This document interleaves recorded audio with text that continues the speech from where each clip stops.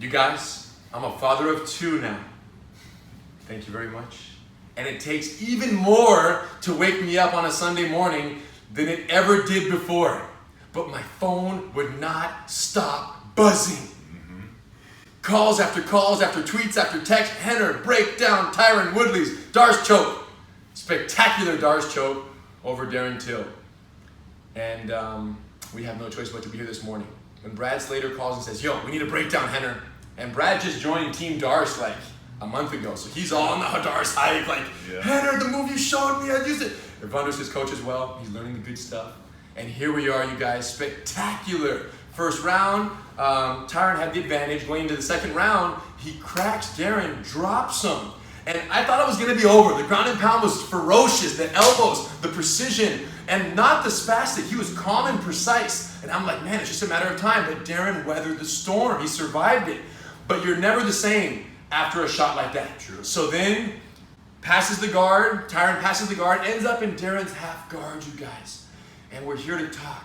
Some of you guys haven't met Evandro Nunez. Nice to meet you, everyone. One of the head instructors at Gracie University and travels the world teaching jiu-jitsu to everyone.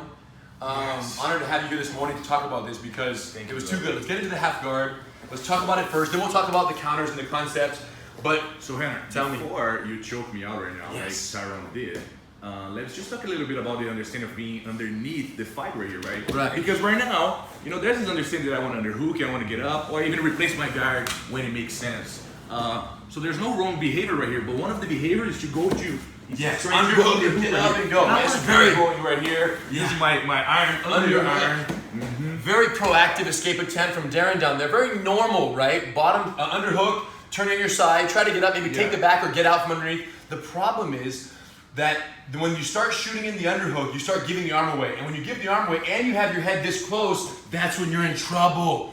And Tyron was he was celebrating before it was over, you guys. He saw this and saw that Darren didn't pick it up on the register. So from here, he starts pumping this underhook and right away he shoots it and he locks it up.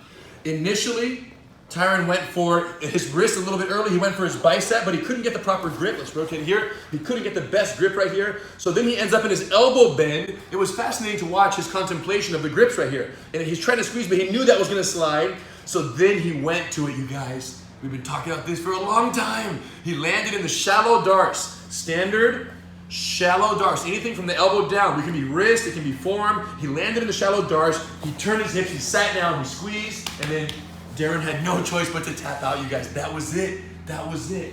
So in terms of the actual entry right here, this is remarkable because normally a darce requires this arm to be inside, like here, like he's blocking my chest or pushing away, like trying to shrimp out. There's an easy darce because Evandro's arm is so close to his head. Yeah. This is like pre-packaged goods right here. You're good to go. Done deal. Yeah, I would like this space to exist. You want the most separation possible from a darce counter perspective. Now, what's fascinating though is the arm being this close in front of my body, where it's this wrappable on a shallow or a standard.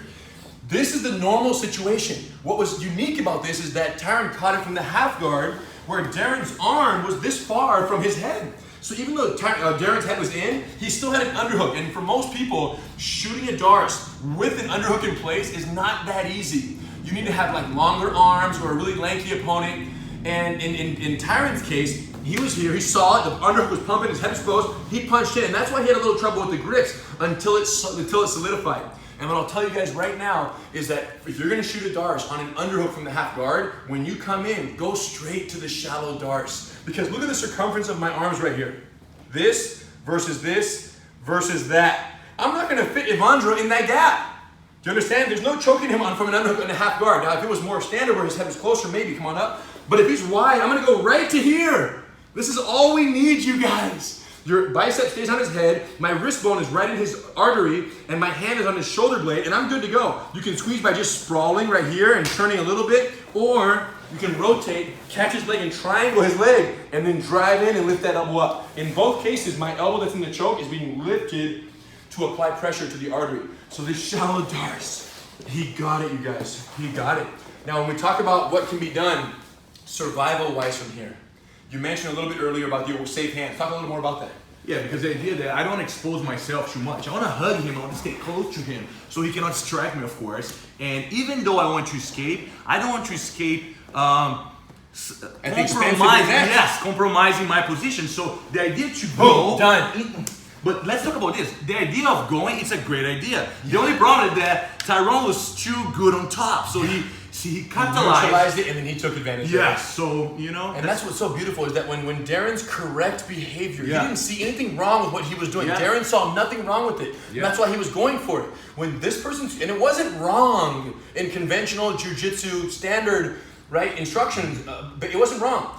So when Darren was doing what he thought was right and diving in for that underhook and burying his head inside Tyron's hip area, and then Tyron just shot in and locked his hands almost effortlessly, like we were watching. It's like there was not even a reaction until the tap.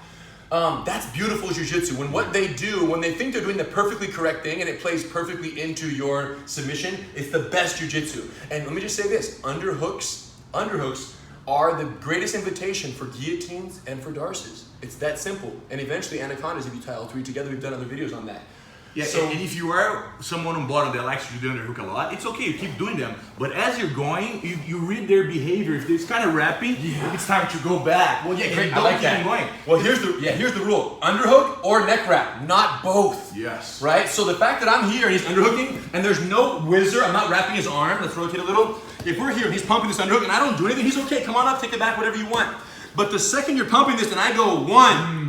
Half the choke is already in place. If you stay right here, two. Now I have guillotine or I can punch into the darce, right? Or let's go again, elbow down. Let's say we're here and I wrap your neck, boom. As long as he doesn't give me this, do you guys understand? He's safe because I only got 50% of the tie-up. Think of the triangle choke from the guard, right? What does it require? Look, an arm and a neck. Look, if an arm and a neck are wrapped together, you're dead. The fight's over. Unless they don't know what they're doing, you're gonna get caught, you're gonna get tapped. The same is true here.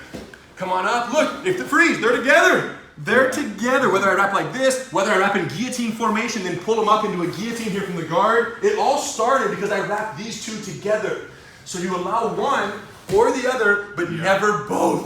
One arm in, one arm out, death trap for guillotines, or arm in guillotines, and darce chokes, anaconda chokes, and of course conventional triangles. This is a reoccurring theme in jiu-jitsu, you guys. If one arm is out and one arm is in, and there's a neck in the party, you're dead. So care about the underhook, but not at the expense of getting choked out. Yes, and as a last resort, what can you do, Rener? Yes, so it's tight. The preemptive is the best. Elbow tight or head heavy, or one or the other. Never leave both.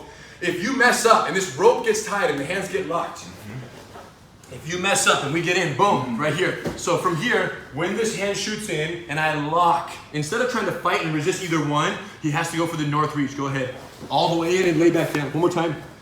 This is the most reliable darce counter, I think. So when someone punches in and locks up, instead of fighting into the darce, watch what this arm of his is gonna do. Slowly, reach over his own head, walk his legs away from me, and lay his back on the ground. It's called the north reach, because now his arm is not across his neck anymore. Go back to where you were. It's not in my chest. Look, I want it here. That's so I can squeeze him with it. The second he reaches north and it passes his head, he gets out and he's good to go. And look how interesting that when grab again, reaching north helps. But if I reach in north, I want to amplify that by walking the legs. He wants us to end up in this perfect north-south to make that easier. Good call. Walking the legs is as important as the north. It's important. It's important. Yes. Yeah. And here's the challenge. Yes. Because he couldn't do that. Yes. He couldn't do that. So why? It's not because he doesn't know. Yes. The reason reason Darren couldn't do the north reach is because the half guard. Yeah. So what normally is an impediment or an inconvenience for a darce choke, being in the half guard, right, and the nice underhook, it's normally hard to get the lockup. When you do get the lockup, it's actually better because by having this leg entangled, Tyron connected himself to Darren's hips, and Darren couldn't walk away for that north reach. So let's say his underhook is pumping. He did this, he locked it, and look, try to walk your hips away, and he can't because his leg is trapped, and he locked his legs and trapped on. So I'm hooked on right here, preventing Evandro's hips from running away, which makes the north reach much more difficult. And the way that Tyron laid his body down also blocked the north reach. So this messed up any chance that Darren had of doing the north reach, especially once Tyron laid down and triangled his legs right here. Yeah, because my hope would be to maybe remove that so I can walk. Yes, but that removal would normally have to happen before the sit down. So let's do it again. So if I get here and I punch in and I lock here, do a butterfly hook right now. Kill my hook. Now the north reach and walk away. Yes. You guys see, it's a battle of the legs. It's a battle of the legs. It's a battle of the bodies.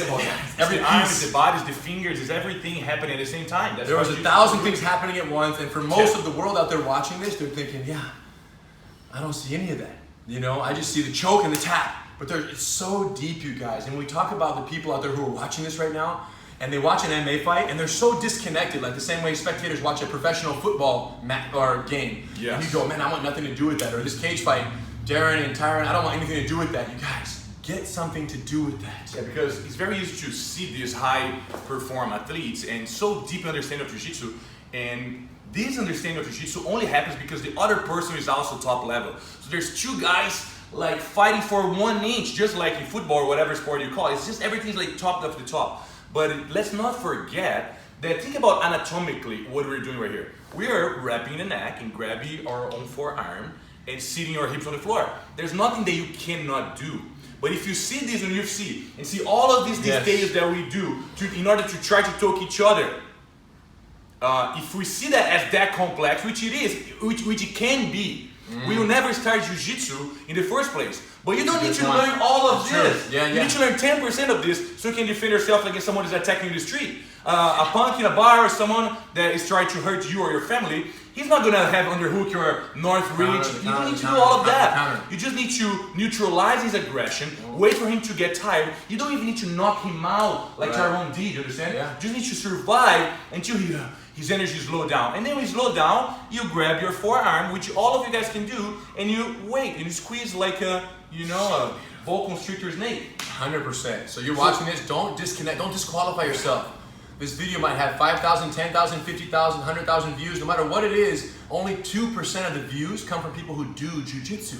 And that's mind-blowing to us. If you've thought about it, but you're not doing it, and you are fascinated by this, and you enjoy the art and the beauty and the science, and you would like to be able to choke someone out on a bad day, learn jiu-jitsu, you guys. What are you waiting for? GracieUniversity.com, certified training center. Show up, tell them we sent you, 10-day free trial. The usual. Hiro and I are coming to Seattle for a Seattle Super Seminar, Darce Mastery Seminar. That's why I was so excited. I'm like, oh, this is gonna be in the seminar, plus every other detail you can imagine. It's September 22nd. It's a Saturday. GracieUniversity.com/seminars has all the seminar details. You're going to Kentucky pretty soon. I'm going to Kentucky. I'm going to Columbus, Ohio, and Louisville as well. So there you go, you guys. Some seminars and GSTs all over. Seminars, check them all out. GracieUniversity.com/seminars. You guys get on the mat. You guys stop being a spectator and be a darcer. Be someone who understands. It's fair to say that they don't know how capable they are. 1,000%. And every person who's ever watched a Gracie Breakdown and come in and started jiu-jitsu, they said the same thing. Yes. You don't. Now, Evandro, I watch the breakdown and I start jiu-jitsu because of watching the breakdowns. And then they do 3 classes and they go, oh my God, I wish I would have started sooner. What was I waiting for? And my question is, if those people's true emotion about the situation means anything, what are you guys waiting for? Go to GracieUniversity.com, watch the first 3 lessons online for free. And if it's not the best thing you've ever learned, most enjoyable art, human, kinetic chess, we'll give you your money back even though you didn't pay for it. Okay. Much respect to you guys. Thank you for the breakdown. Sunday breakdown. I haven't seen you guys in a while. I know you guys have been asking for the breakdowns, but it takes a little more to get us excited these days. And Tyron did that. Congratulations, champ. Darren, keep your head up. You're an amazing fighter, and there's a lot of good things to come from you. We know that. All right, guys. Much respect. Thank you, guys.